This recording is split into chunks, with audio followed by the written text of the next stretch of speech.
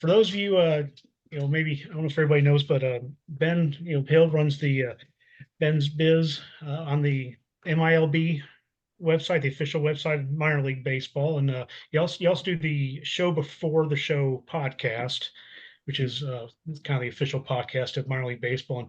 And most of us on here are fans of course major league teams, but there's always a lot of stuff going on in the minor league ranks, and Ben does a good job of kind of covering a lot of stuff going on around the nation with the minors and such, and he puts on a lot of good information about things going out there. So, Ben, I'll kind of start off. Actually, this is one thing I don't know is where are you actually based out of? Yeah, well, first of all, thanks for having me. Appreciate the invitation. I'm based out of New York City. Okay, so you got quite a bit up there. So yeah, I'm in the offices right now. Like I'm a Major League Baseball employee, and I've always been a Major League Baseball employee. Their relationship with minor league baseball has changed over the years, but through various circumstances, I've always been an MLB employee writing exclusively about minor league baseball, and originally from Pennsylvania, Philadelphia area, but moved to New York City in 2002, and one thing led to another, and started writing about minor league baseball in 2005, and then it grew into this niche that I have today that I call the business and culture of minor league baseball / exploring America through minor league baseball. Where were you actually writing before you got brought on by MLB? Your own blog or? Yeah, I was doing some personal projects, but I had never been had a writing job before I got hired, and that's because 2005 was the first year that there had ever been an official website of minor league baseball. This attempt to have the entirety of minor league baseball covered under this one umbrella.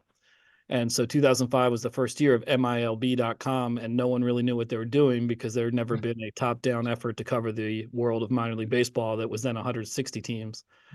So I got a job at a time in my life when I was temping, flailing around, just saying yes to everything, just through a friend of mine in New York City, part-time night shift, writing game recaps, because at that time we would write game recaps for every single game that was happening every single night.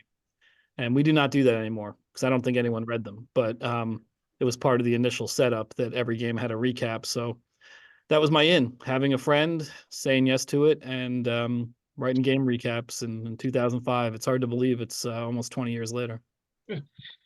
Well, I'm going to start with one of the heavy hitters. I listened to the recent podcast y'all had where you did the AAA draft, which I thought that was pretty entertaining. Just and for those who checked it out, what they did is you and your co-host there on the show before the show podcast, you did kind of a draft of AAA. I think it was included your the best like team name, best branding, best ballpark, best alternate branding, and I think prospects and a couple others. But we're based out here in Louisville, and Louisville did not get picked anywhere in the draft. So was Louisville in the discussion at all for any top items? Oh, I'm sure it must have been. Yeah, that was just kind of, well, everything that we do, or especially that I do, is just trying to celebrate minor league baseball, and not so much the product on the field, but what makes each community unique.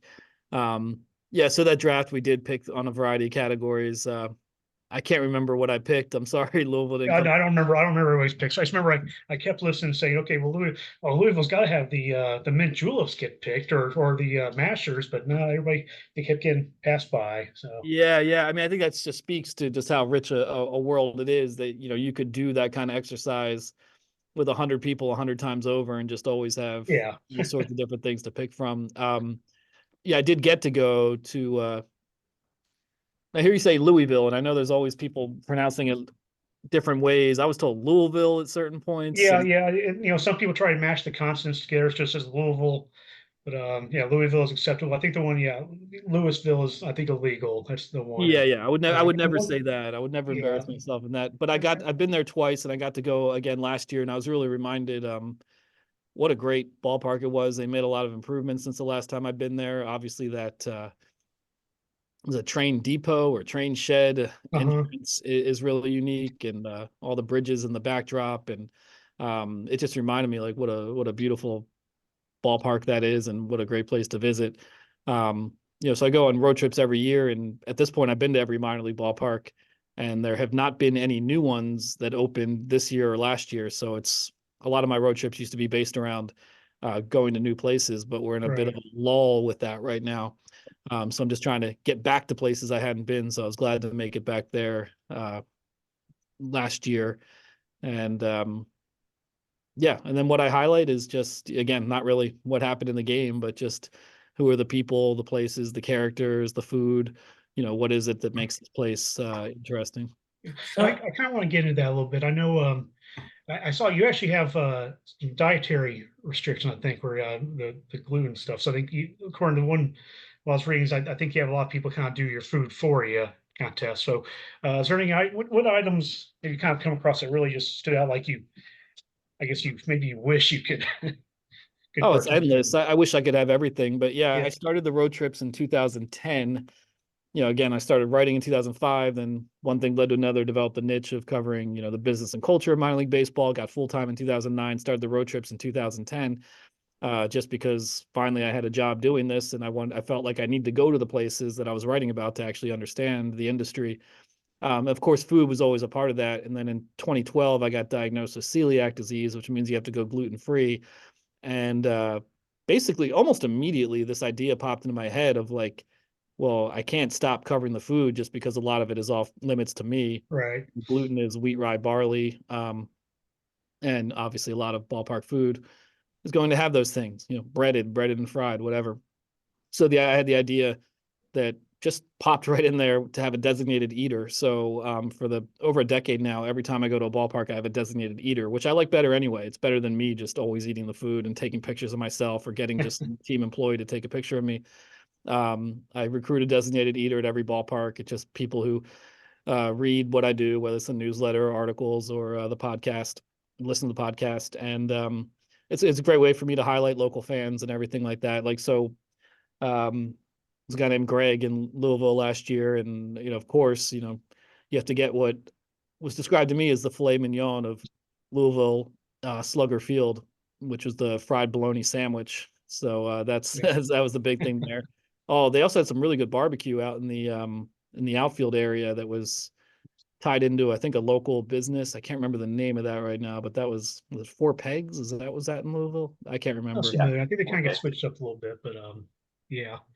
Yeah, but that's what I try to highlight. You go to any ballpark in anywhere in any level of play, and they're gonna have hot dogs and popcorn and peanuts and all that. So I always try to highlight the things that are unique and regional to a ballpark. So it's pretty much endless, the things that I've either eaten myself or that I've had designated eaters eat on my behalf. But it is about highlighting the local and regional cuisine.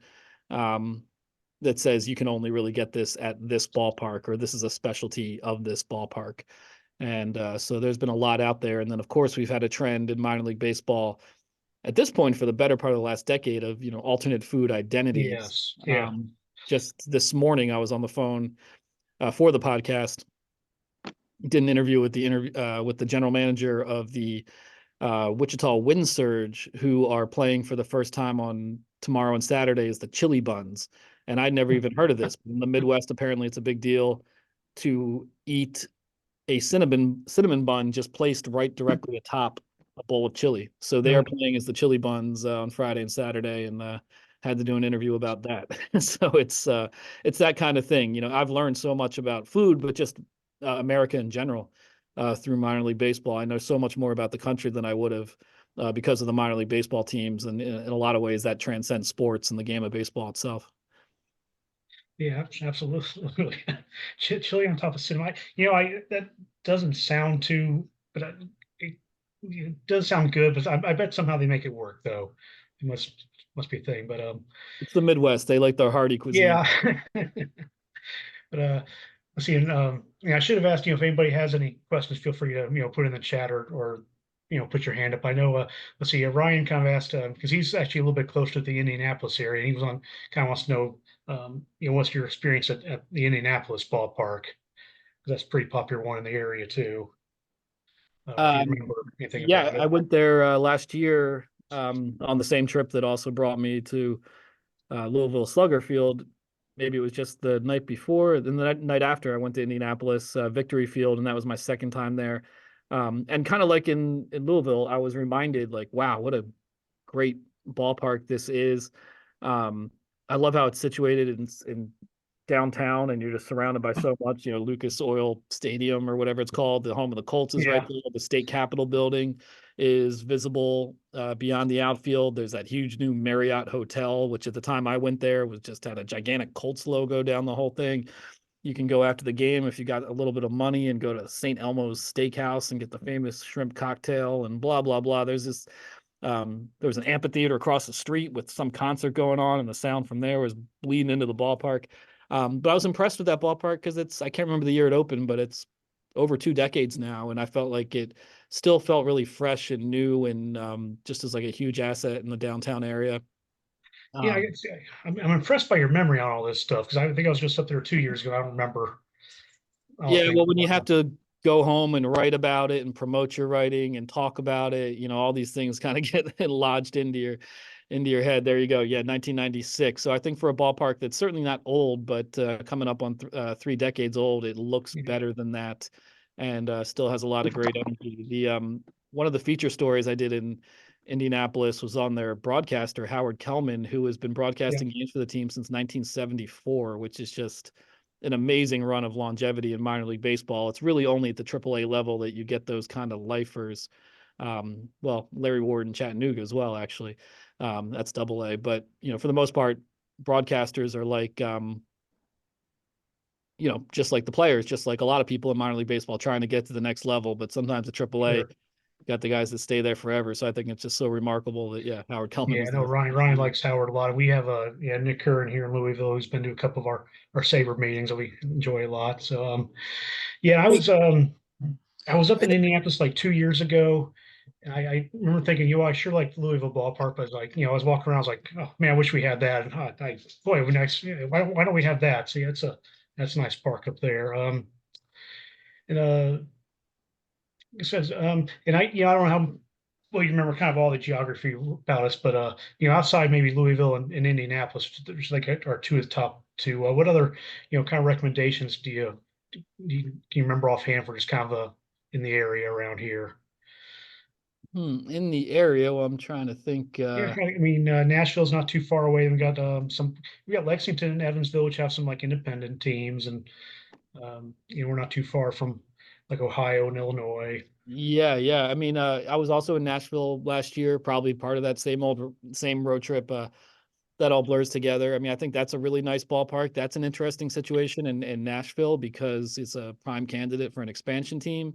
And that ballpark in the area it's built is not a candidate to be built out to host expansion baseball. So it opens Right. up a huge question of a ballpark that's still in its first decade of existence, cost a ton of money. How do you reconcile that with a major league franchise? I mean, it's a little down the road, but there's a lot of moving parts to consider with Nashville. I really like Nashville Greer Stadium, the old stadium. I know it was kind of run down in a dump, but in a lot of ways, I like those places that have character where the fans, you get a lot of the more eccentric hardcore fans and kind of quirkier atmosphere. As much as I like going to see new ballparks, and it's part of my job to stay abreast of everything new, in a lot of ways, I like some of the parks that are a little more have Yeah. more character, shall we say, and that's harder to find now. Of course, there's plenty of character, but it's harder to find, now that Major League Baseball's fully taken over minor league baseball, and the facility standards are so much higher for what a minor league baseball has to be at than it was in the past. So a lot of the older ballparks, lower level ballparks, are no longer part of the affiliated landscape. Yeah, and like all the newer ballparks they've been building for years are all just totally around family oriented, which they rightfully should be. But you think about some of those older ballparks that they've really just kind of grew in the real fans, the ones who there was nothing else for them to come to the park except for the ball game. So, but I mean, it's still the kind of the right thing to do. And um, I'll get in a couple other questions here. Rob was asking, have you seen the Savannah Bananas, and what are your thoughts on them?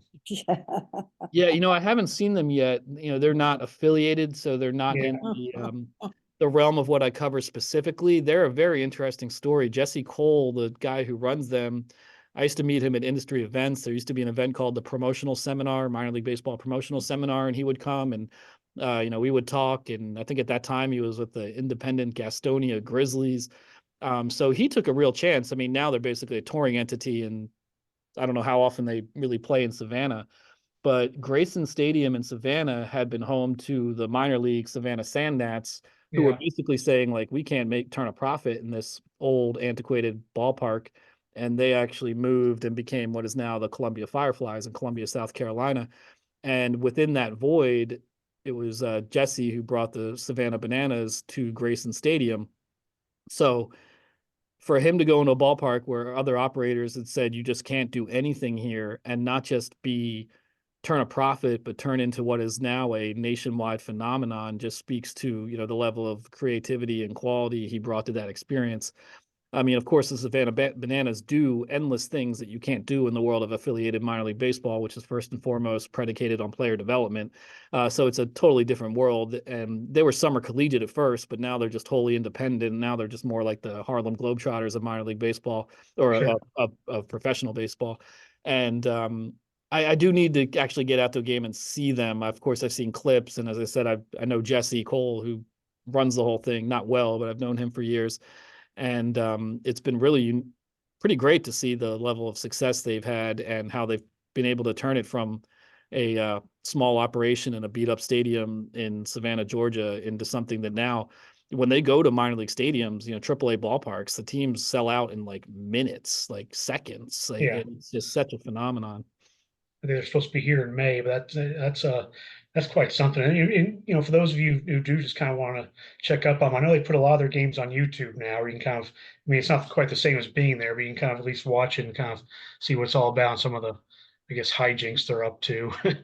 But let's see. Russ was asking, from a minor league culture perspective, which minor league team that now has been removed to consolidation do you miss the most, and and why is that? And you kind of jump off the top of your Ooh, head.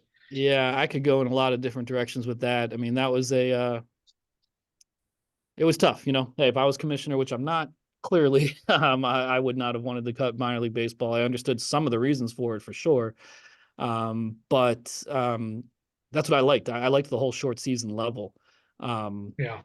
because those were in smaller markets and older ballparks, and those were always my favorite places. Like, it's kind of ironic that when I look to expand my career, the direction I want to go is down, meaning smaller places and older ballparks. I don't want to go up to the major leagues. I wanted to get as like low to the ground as possible.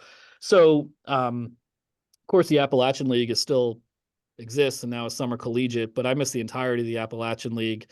Places like Elizabethton, Burlington, North Carolina, just had such that kind of hokey sounding, but just that small town charm. Really small communities. That entire Western Division of the Appy League. I stayed in Johnson City for the entire trip, and you could just use that as a base to go to every team in the division because they were all within 1 hour away from each other. Williamsport Crosscutters too. They were Phillies affiliate at the short season level. I grew up a Phillies fan, and that ballpark, Bowman Field, which is still used for like the annual Major League game now, the Little League Classic. I wish they were still in the affiliated ranks because I thought Williamsport, PA was a great place to have a minor league team. Um, Pioneer League as well. I mean, some of those beautiful scenery I ever saw on my road I'm trips sure. was, driving between, like, I can't remember, was it Missoula, between like Billings and Great Falls, but yeah, Great Falls Voyagers, Billings Mustangs, Missoula Osprey, who are now the Paddleheads. I miss the entirety of that league as well, but they seem to be doing pretty well now in an independent context, because I think that's the thing when people get a little too critical, especially online. Like, almost all these teams still exist, which is the good thing. The bad thing is they're no longer minor league baseball, and that's a loss.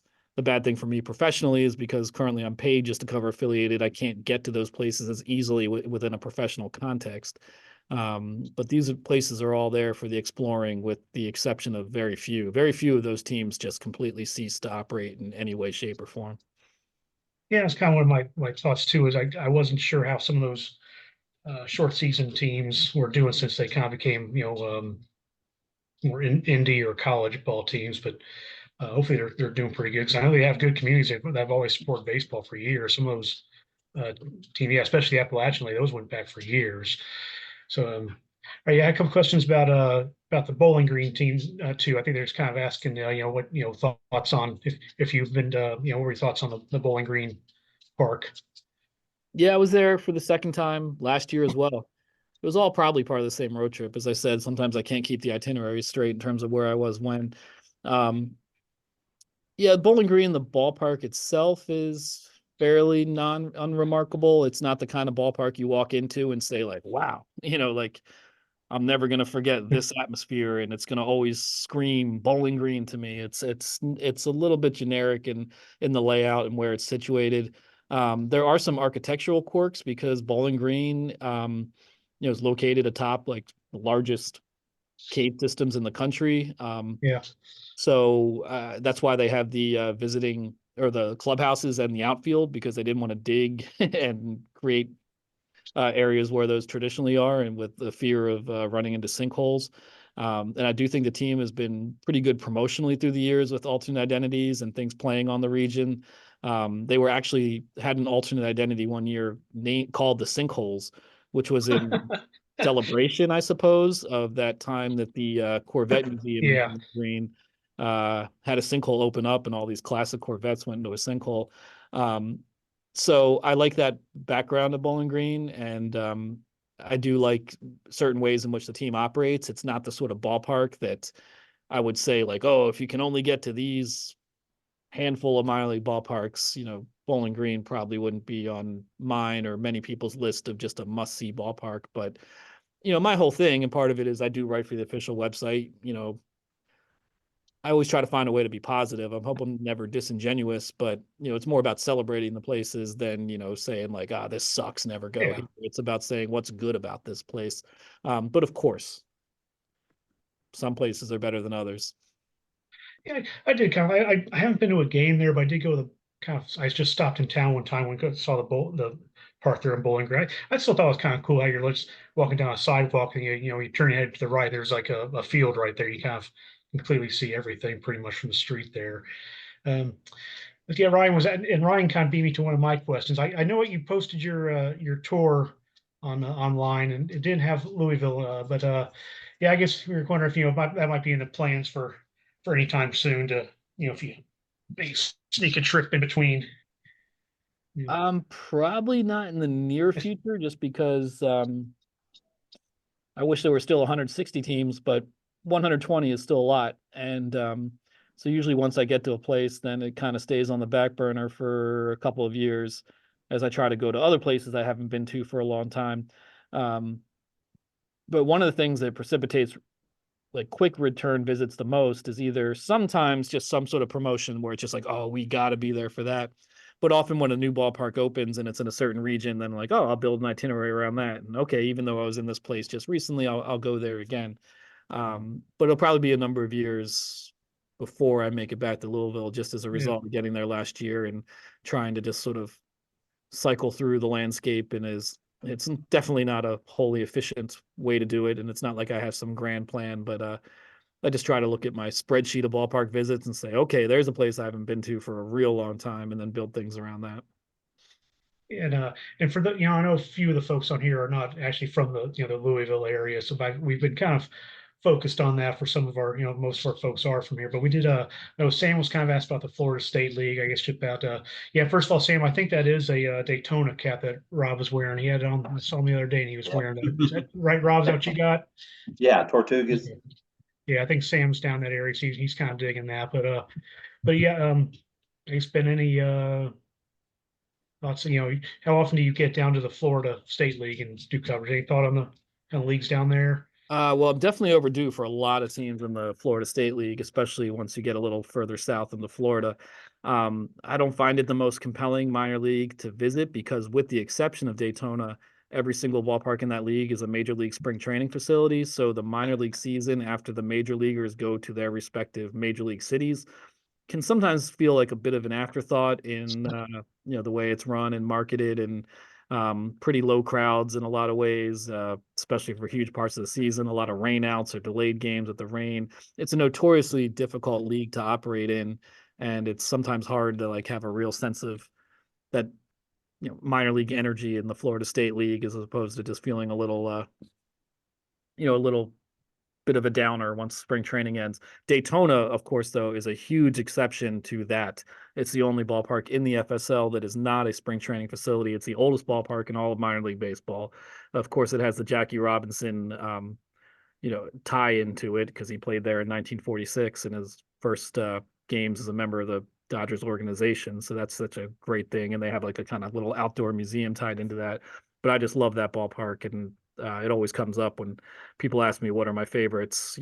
I can change those answers, and I do all the time because it just depends on how you feel at that moment.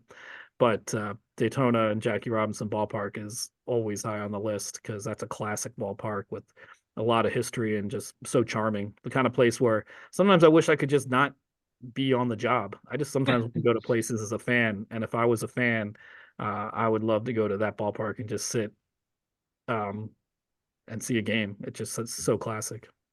Well, it kind of leads into one of the other questions that Ryan had next about, what would you consider be your Mount Rushmore of minor league ballparks?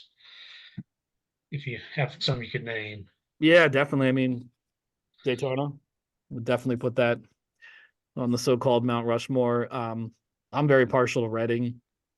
I forget, it's a corporate name now. It used to be Municipal Stadium, but Reading, Pennsylvania, AA affiliate of the Phillies. They are, I think, tied with Lakeland, Florida for the longest continuous affiliation, all minor league baseball. And growing up a Phillies fan, it's like a little more special to me to see this place that's been a Phillies affiliate since the 1960s. And again, just so much history in that ballpark, but they've done a great job too of like adding to it, building around it, creating a really fun, vibrant, quirky game day experience with a lot of like only in minor league baseball type of elements, probably personified by the crazy hot dog vendor, who's a guy who rides a ostrich. I mean, not a live ostrich, it's a whole costume, but he rides an ostrich onto the field and screams and throws hot dogs. And, just love going to Reading and seeing the crazy hot dog vendor and seeing a classic ballpark and all that. In terms of newer ballparks, AAA level, I always talk about, First Energy Stadium. Thank you. I always forget exactly what it's called now. The corporate names are confusing and they change a lot and they just don't sound very fun to say. Yeah. But El Paso is one I often mention as one of my favorites. Opened in 2014, Southwest University Park.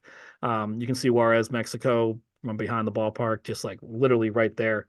You can walk to I think Juarez. that was your pick in the draft on the podcast. It probably was. No, actually, Tyler took that one. Okay, all right. Somebody did, yeah. Yeah, but that is always been one of my favorites with its proximity to Mexico and great food, often with kind of like a Mexican flair. Really quirky, good architecture. They have a pretty limited footprint upon which to build that ballpark, so they have this the big doghouse in right field, multi-level, and that's topped at the top by the rooftop deck, and you can see downtown El Paso, you can see Mexico, you can see the Franklin Mountains. So I just thought they did a great job, like really creative with that ballpark. I mean, another classic ballpark, or going back to classic ballparks, which are essentially usually my favorite, McCormick Field in Asheville, North Carolina is turning 100 this year. And I love that because it's kind of nestled in this little hilly area, and they've actually sometimes getting goats to landscape the vegetation outside of the ballpark because it's so rugged and hilly that you can't really do it on your own. So there was one time I visited Asheville and I took a zip line from the hills in left field down to home plate. They don't do that anymore, but just like a really cool experience and a great classic ballpark. So yeah, Daytona, Asheville, El Paso, Reading. I mean, that's four. You could go on, but yeah. But in Reading, I think I've seen they have an ostrich in their logo, don't they? So is that where it comes Yeah, from? that's where that comes from. Yeah, Okay. that's where it comes from because the crazy hot dog vendor became such an icon of the franchise. And that's quintessential minor league baseball right there, that some goofy between anything you do becomes so popular and so established that it, gets. No, that's great. I had no idea what that was. I remember, I think it was a couple years ago. I thought they're talking about doing a rebranding and changing their name, and it's almost kind of a relief to see it was just the Fighting Phils. Am I remember that correctly? Where they were just the Reading Phillies for decades, and then they became the Reading Fightin', no G, Reading Fightin' Phils. But even that, they got a lot of pushback on even that, but because it was such a well-established thing that they were just the Phillies. I was kind of relieved to see because some of the names I don't know I just think are maybe getting a little bit out of control. And my Fine Fills is kind of simple. I kind of like that one, but I know it's all about the selling, being able to sell stuff off the team name. So pretty good. But let's see. Ryan was kind of asking, what your thoughts on what constitutes a good ballpark. What do you like to see out of them? Yeah, I mean, I feel like I probably in talking about some of the ballparks I like so far, I probably hit on a lot of those elements. I mean, I do like new ballparks, but a classic feel, covered grandstands and a more intimate nature. The sense that you're watching a game in a place that people were watching a game 50, 70, 100 years ago, always speaks to me. And sometimes I can forget like what a baseball fan I am when I'm always writing about it. It's a job. Like I think the older ballparks kind of put me in touch with like, man, you love baseball. Put aside this working thing, like in the old ballparks, I think just really speak to me in that way. Yeah, creative architecture, like I was saying in El Paso, make doing things that make it immediately stand out. Toledo as well is really good in that, incorporating buildings that are close by and having different group areas on nearby buildings where you can watch the game. And of course, a sense of place. Um, there's some ballparks where you just look all around and you feel like there's nothing about where I am right now or this view that tells me that I'm in this specific city. So having great views that just jump out at you or just signifiers of the place you're in are always really important to me. I mean, and I like when ballparks are in downtowns and there's like a sense of walkability and there's a sense that they have been a contributor to in many cases a revitalization of the downtown area and feeling like you're part of a larger community before you get to the ballpark and right when you leave as opposed to driving somewhere and getting off an exit on the interstate and driving into a big parking lot that doesn't feel necessarily tied into the sense of place. Um, yeah, kind of talk about team names and stuff, but guys, it's all the parts you've been to, all the different promotions you've seen and stuff. Has there been a promotion that just really jumped out at you and like, wow, that was incredible. That was something to see. Yeah, I mean, like many things, so much is blurred together, and I can kind of You know, forget. you One know you saw answer, it, but you can't remember where you saw it at. yeah, and often some of my favorite memories are these just little obscure one-off things that happen over the course of a night, as opposed to one big overarching promotion. Um, an answer I've given to that question in the past, which of course has been on my mind more recently, but there was the eclipse just earlier this month, but in the 2017 eclipse, I went to Columbia, South Carolina, because they were in the path of totality. So they staged a game with a built-in eclipse delay. They started the game knowing that it would be total darkness, something around an hour and a half after they started. And so to be at a sold-out ballpark and then have, whatever, midway through the fourth inning being like, okay, time to stop the game, and then having everyone just watch the eclipse together Yeah, and then it slowly gets light again and then a game resumes was just that's not something you can say, hey, do that at your ballpark. It's very specific to a lot of factors, but that is one. And I've always of course just loved minor league baseball at its weirdest. I don't feel it's as weird as it was when I first started for various reasons. But one answer I always give, because it was sort of what attracted me to writing about this world, um, not this specifically but this mentality, but the Altoona curve would do awful night every year and just try to do things as quote unquote awful as possible. And so I went the first time I ever covered a minor league promotion on site. I drove to Altoona just to see awful night.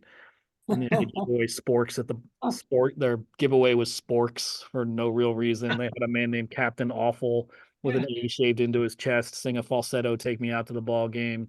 They posted like failure averages instead of batting averages on the video board, made intentional misspellings on the video board. The broadcaster's name at that time was John Laser. So they promised a post-game laser light show, but it was just the broadcaster in a green bodysuit waving glow sticks around. I just like that kind of thing. Just be really weird, um, and be yeah, stupid and just say, instead of saying why, say why not. And that's harder to find. Part of it is because Major League Baseball is now in direct control of minor league baseball. So there's a lot more in the approval processes that have to happen as yeah. opposed to just teams throwing stuff out there just on a dime, on a whim, and seeing what sticks. But I still think there's a lot more room for creativity than what we're seeing right now. And there's a lot of factors with that. A lot of it is the pandemic and the reorganization of minor league baseball with the MLB takeover. Yeah. Just completely transformed the industry. And it's just taken a long time for it to kind of get back on its feet. And last year started to seem normal, but I'd like to see teams take more risks with just stupid stuff for the sake of doing it. And that doesn't seem to be as front and center as it used to be. No, and actually, you kind of be leads right into one of the questions I had was, just because I know when you go to all the ballparks, you meet a lot of executives and stuff. And you know some folks at MLB. But what do you?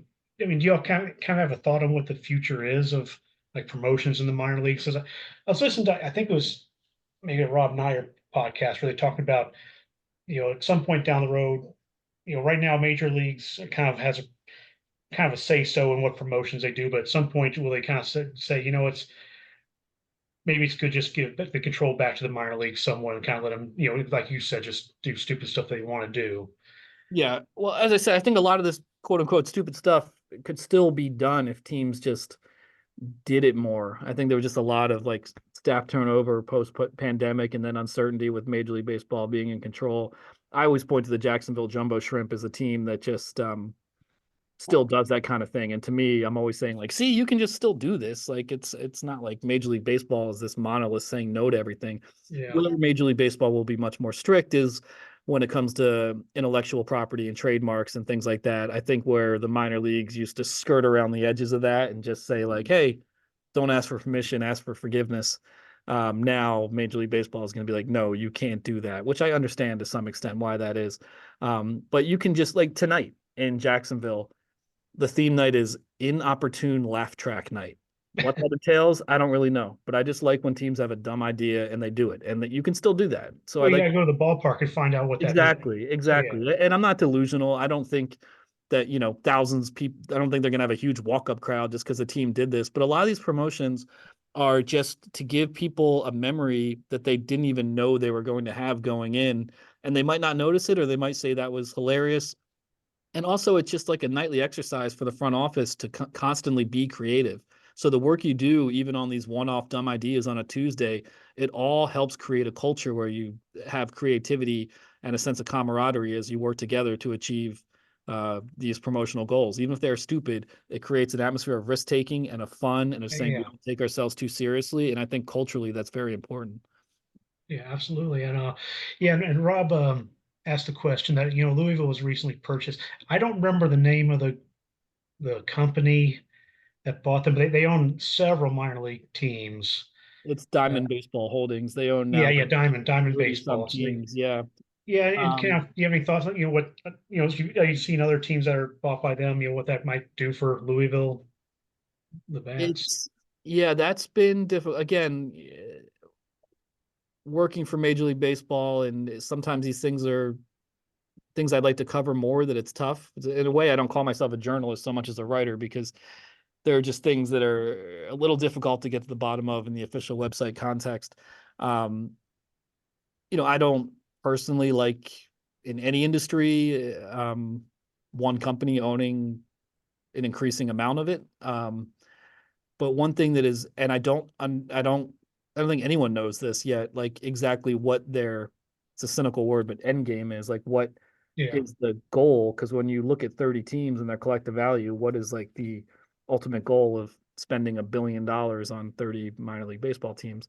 So I think there's a little like questioning of like, so what ultimately do they want from this? But also I do think less cynically and also true is that I think minor league baseball can be seen as a good investment.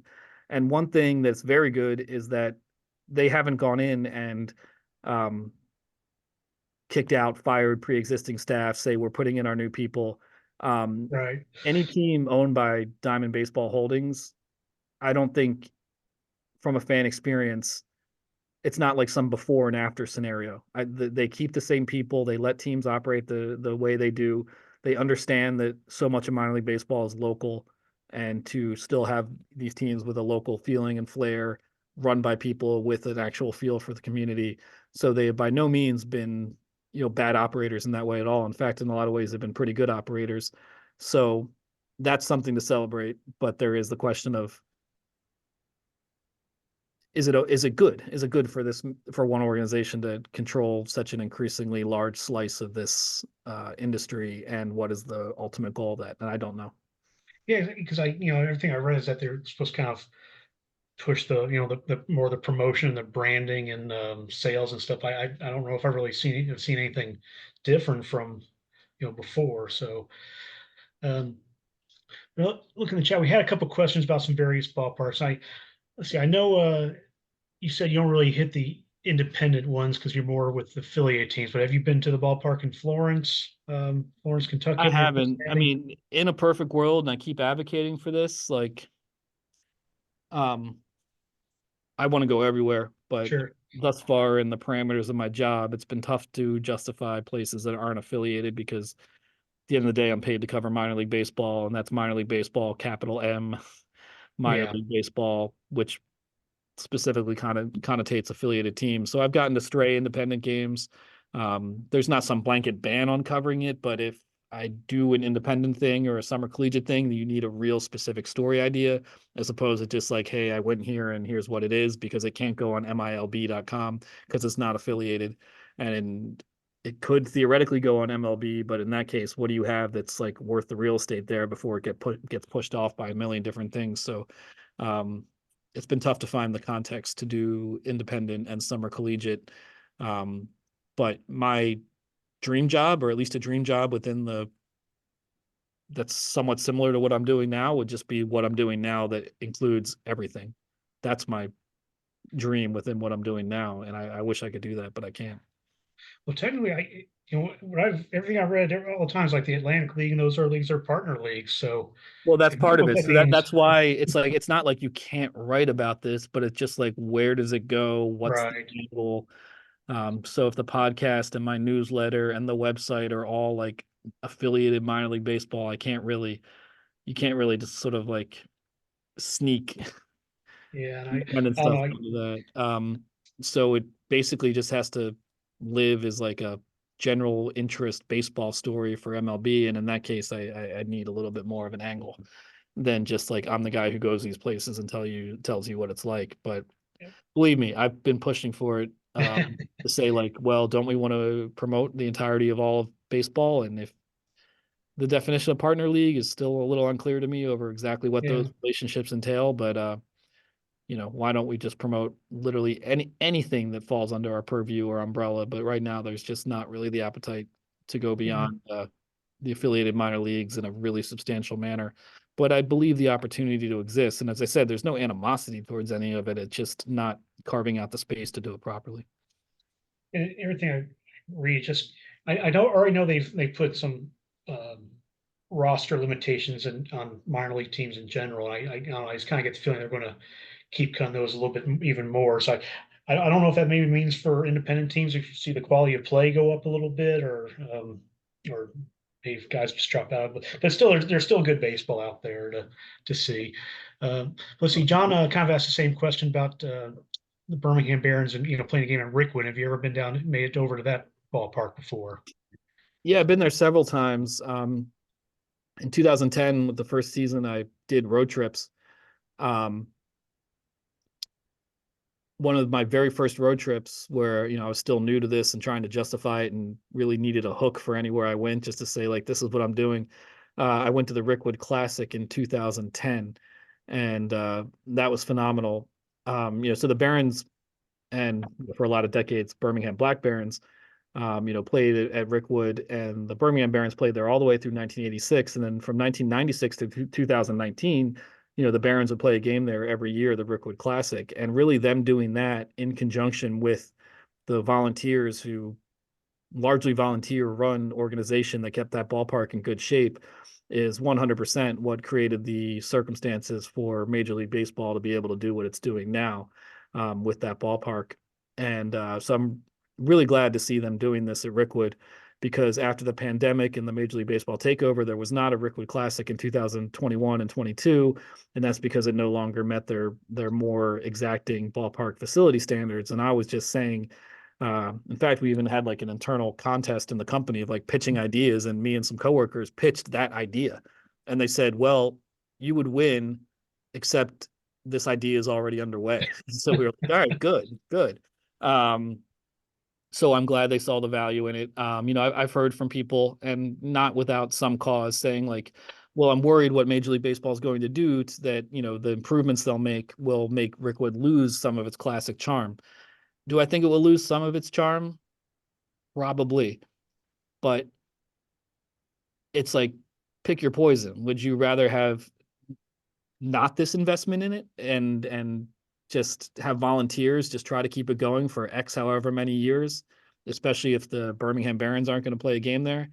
Or would you rather maybe be some loss in the old charm based on MLB improvements and community improvements because MLB is interested, and now have this place in the public consciousness at a level that it basically never has, being able to tell the story of the history of baseball in Birmingham at a level of quality of the playing field and facilities that means it now can exist for much, much longer and maintain its status as America's oldest ballpark. Personally, that's a trade-off I'd be willing to take anytime.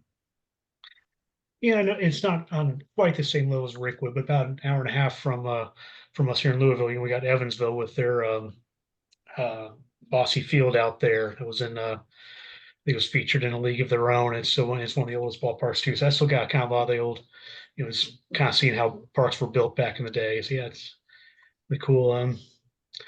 Yeah, Ryan, kind of bringing it back onto your road trips. How do you plan your road trips out, and do you have any advice for those of us who want to try to plan a minor league trip? Yeah, I mean, it used to be the MILB.com ticketing map that I would use. But over the last couple seasons, we did a big project called Minor League Ballpark Guides, which is on MLB.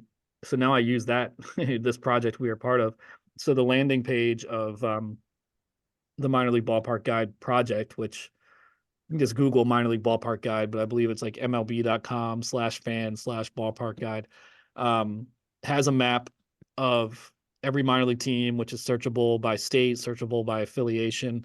So you can, narrow the parameters of your search. So I use that and, think of like, okay, what region am I trying to go to? And then look at the little pins on the map and then compare home and away schedules. I mean, I can't tell you how many times through the years I felt like just, I don't know, throwing my computer through a window. Not that it's computer's fault, but like thinking I have a road trip put together and then just not being able to line up those home and away schedules, and just something that seems so simple, trying to line up 5, 6, 7, 8 teams in a row just becomes this like impossible task. So obviously it is a difficult thing to do sometimes in lining everything up, but that's basically what I do. I just look at a map, choose whatever places are the priority. Like if I'm visiting this region, I have to hit these 2 or 3, and then just in the blanks, just filling it in with whatever's available based on who's home and who's away. And if you or a fan is doing this, someone who's not limited just by covering affiliated ball like I am, then you have more leeway, especially in certain regions of the country, to throw in summer collegiate, to throw in independent, and have more options to choose from. And that helps too. The more options, the better. And has your touring become easier or more difficult with the schedules the way they are now, with kind of the 6 game weeks in one place? That's a good question. I think there's pluses and minuses. The universal Monday off day, in a way, sometimes I like it because then it gives me a chance to make a longer drive and maybe extend the trip somewhere. But then also those big 6 homestand blocks, when you are finding teams that don't line up with it, there used to be a little more of anomalous schedule making. So you'd be like, oh, okay, this team is ending this series and homestand on Tuesday, but then I can make it over here where someone else is starting anew on Wednesday with a homestand. Now it's much more just like, boom, these big monolithic home and away blocks, which I think makes sense in a lot of ways from a scheduling standpoint. I do think it's a little monotonous to play a 6 game series, but it does help, with scheduling, and it's probably good for the industry to have a universal off day. I mean, before they did that, teams would play 140 games and have like 3 off days in the course of the whole season, and it was a little much. So I've seen positives and negatives from it. Another thing for me is my trips are shorter than they used to be. Most of my career, I was single, and I just would do as much as I could, as much as I was allowed to do, and sometimes more than that. But now I have a 3-year-old at home, and so now I'm just trying to hit Yeah. 4 or 5 teams and get back home. So it's a little easier for me to make these itineraries because they're not as sprawling as they used to be. Yeah, it makes a difference. But yeah, and yeah, it's definitely something to. It sounds all easy to arrange trips, hit ball, city after city until you realize the team's not in town that week. And, yeah. Yeah. So, um, so I think we're about kind of run down.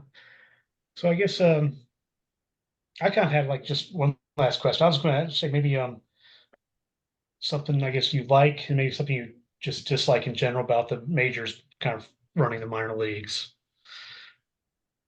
Or do you have to like push positive on It can everything? be a little Sounds like you've been tricky. speaking your mind so far, though. Yeah, I mean, it's hard to say things I like, oh, I love this. Yeah, But I did and would push back on, some people who would again just act a little apocalyptic about, just this is destroying minor league baseball and this and that. Like there were 160 teams and there were 160 teams for a number of years, but it's not like that's just some sacrosanct can't ever touch it number that is just like 7 days in a week, 12 months in a year, 160 minor league baseball teams. Like things change.